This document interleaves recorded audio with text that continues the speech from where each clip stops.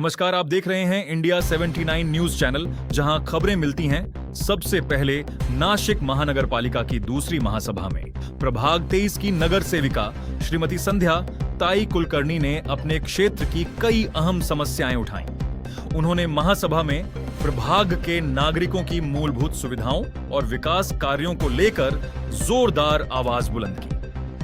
नगर सेविका संध्या ताई कुलकर्णी ने खास तौर पर इन मुद्दों को सामने रखा। प्रभाग में पानी की समस्या, पखाल रोड की खराब स्थिति, महसोबा गार्डन और औरंगाबादकर सोसाइटी के पास का रोड, साथ ही चान होटल से भारत नगर दिव्यांग भवन तक के रोड की समस्या। उन्होंने कहा कि प्रभाग 23 के नागरिकों को बेहतर सुविधाएं मिलें और क्षेत्र का सर्वांगीण विकास हो, इसके लिए वह लगातार प्रयास करती रहेंगी। न्यूज ताजा और सच्ची खबरों के लिए हमारे चैनल को लाइक और सब्सक्राइब करें। रिपोर्टर तबरेज शेख के साथ जहीर खान, नाशिक। जय हिंद। आपल्या माझ्या प्रभागामध्ये 84 कॉलनी आहे. एक कॉलनी सुद्धा अशी नाहीये की तिथे पाण्याचा प्रॉब्लेम नाही. सगळीकडे सकाळी 5:30 वाजेपासून सातत्याने नागरिकांचे फोन येतात, काही पाणी आलेलं नाही, पाणी आलेलं नाही, असं सातत्याने प्रभागामध्ये सगळीकडे सुरू आहे.